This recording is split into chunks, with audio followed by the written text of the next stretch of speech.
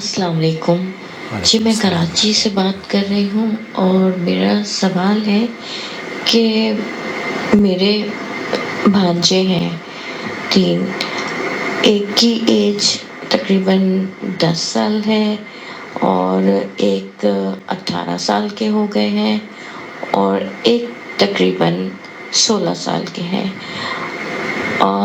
ان کی ختنیں نہیں ہوئی، تو مجھے یہ میں جاننا چاہتی ہوں کہ وہ بالغ ہو گئے ہیں تو کیا اس صورت میں اب ان کے ختنہ کروانا جائز ہے یا نہیں؟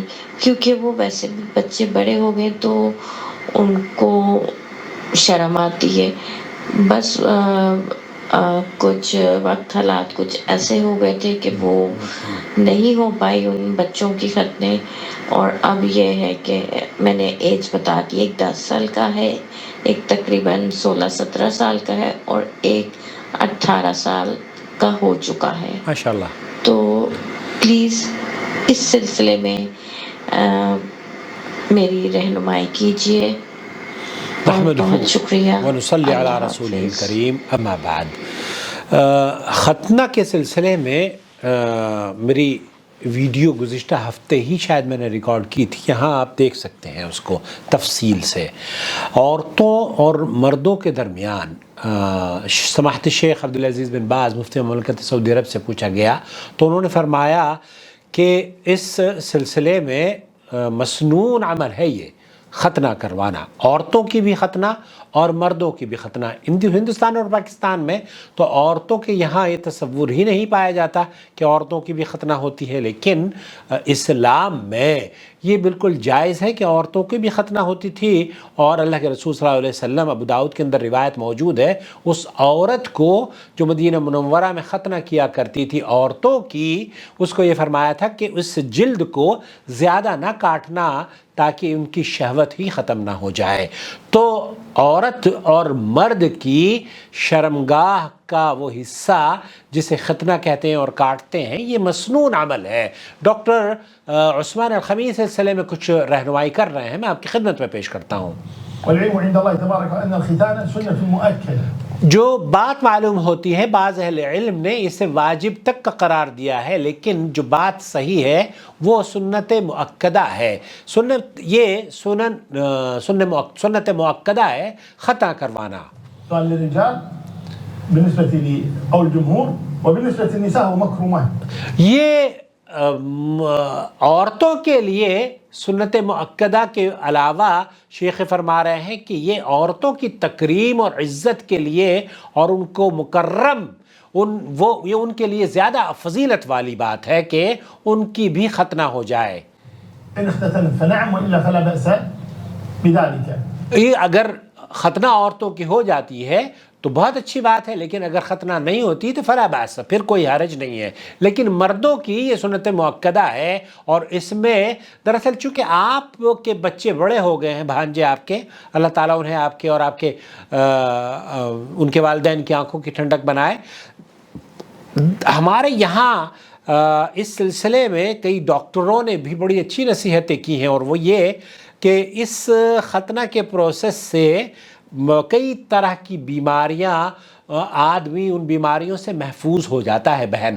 تو میری تو رائے یہی ہے، اگر کوئی ہیلتھ ایشوز نہ ہو اور کوئی خطرناک مسئلہ نہ ہو، ویسے آج کل کوئی خطرناک نہیں ہے، اس طرح کے آپریشن 2-3 دن میں ہو کر صحیح ہو جاتے ہیں، اور بڑے بچے ہیں تو کسی کو پتہ بھی نہیں چلے گا۔ میں نہیں سمجھتا کہ انہیں شرمندگی کا کوئی کسی طریقے سے گزرنا پڑے گا، بلکہ یہ مسنون عمل ہے، تو کروا لیجئے، تو کوئی حرج نہیں ہے۔ لجنۃ الدائمہ والافتاء سعودی عرب کی جو فتویٰ کمیٹی ہے، ان سے بھی پوچھا گیا، انہوں نے کہا کہ یہ مسنون عمل ہے، اور سنت عمل پر آپ کو انشاءاللہ تعالی اجر ملے گا۔ ڈاکٹر ہیں ایک خالد، انہوں نے کہا کہ اگر آپ ختنہ کرواتے ہیں تو بیماریوں کی وہ خطرناک بیماریاں جو پیشاب کی بیماریاں اور نلی کی بیماریاں ہیں، پیشاب کے امراض ہیں، اس سے آپ کو اللہ تعالیٰ محفوظ فرما لیتا ہے۔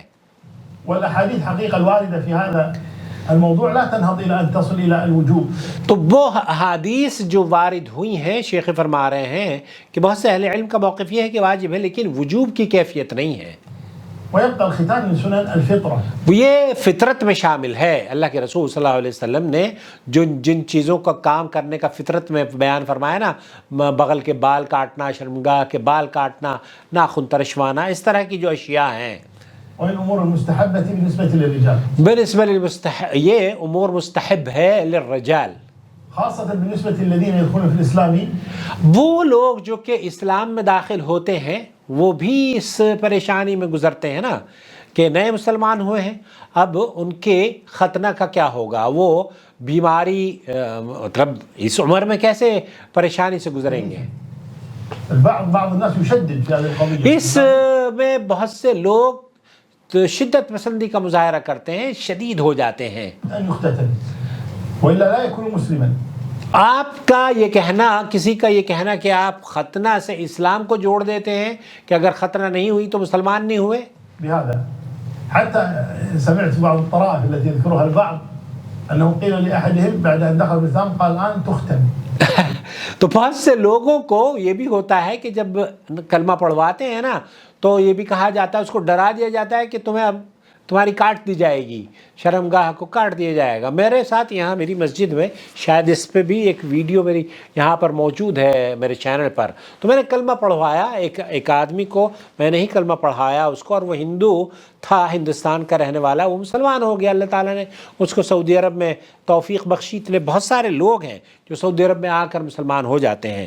تو وہ جب میں کلمہ پڑھا چکا تو ایک افغانی یا پاکستانی بابا تھے، اس کے برابر میں آ کر اس کی کان میں یوں کہہ رہے کہ اب یہ بھی کروا لینا. تو وہ مجھے جب میں اس کو یہاں گھر لے کر آیا واپس تو میں نے اس کو کہا، وہ مجھے پوچھنے لگا کہ عاقل صاحب کیا واقعی اب مجھے ختنہ بھی کروانی پڑے گی؟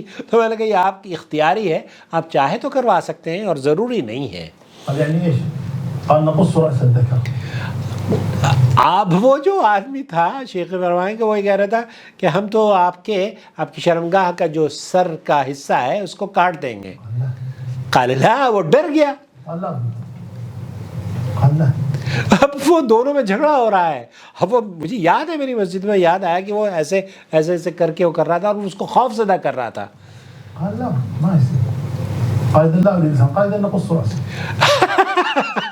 تو کہہ رہے ہیں کہ جب اس نے کہا کہ میں مسلمان ہی نہیں ہو رہا، چلیے چھوڑ دیجئے، مجھے نہیں کٹوانا، تو کہتا پھر تمہارا سر قلم کریں گے. اعوذ باللہ، یہ جہالت ہے لوگوں کی.